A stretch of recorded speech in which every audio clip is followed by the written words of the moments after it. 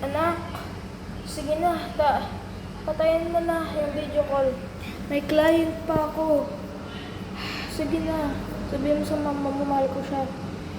Alam mo naman kasi, ganyan talaga buhay dito sa Dubai. Papa naman eh. Alam mo, di ka na nagpapahinga eh. Umuwi ka. Wag ka overtime ng overtime. Mamamatay ka ng mga pag ganyan eh. Sige na, babay na nga. Ano ba to si Papa? Lagi na lang ganyan eh. Lagi na lang overtime eh. Papatayin niya sarili niya eh. Ano kaya ang pwede ko magawa para matulungan sila Mama at Papa? Hindi kasi tumutulong tong school ko eh. Hindi ko maintindihan. Tapos wala pang madaling bagay para makakuha ng grade doon. Kung meron lang school na pwede. Uy! Narinig ko sinabi mo. Tinaalam mo ba yung school mo?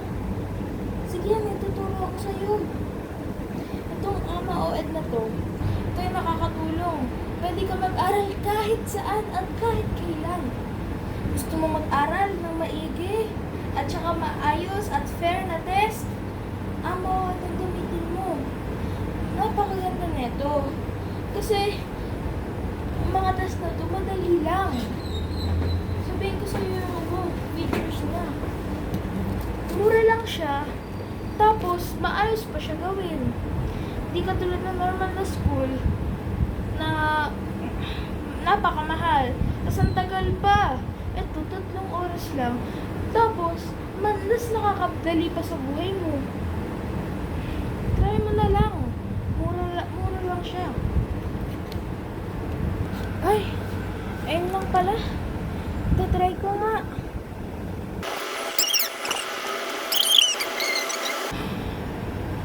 Pero, totoo lang, miss na miss ko siya.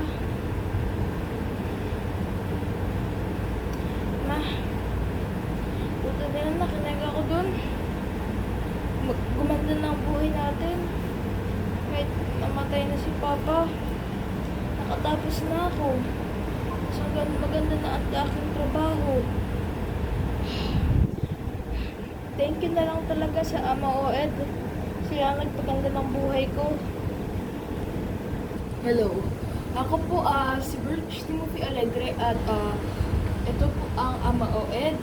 This is our sponsor for today's video, and I realized that being an Ama o Ed feels like the world.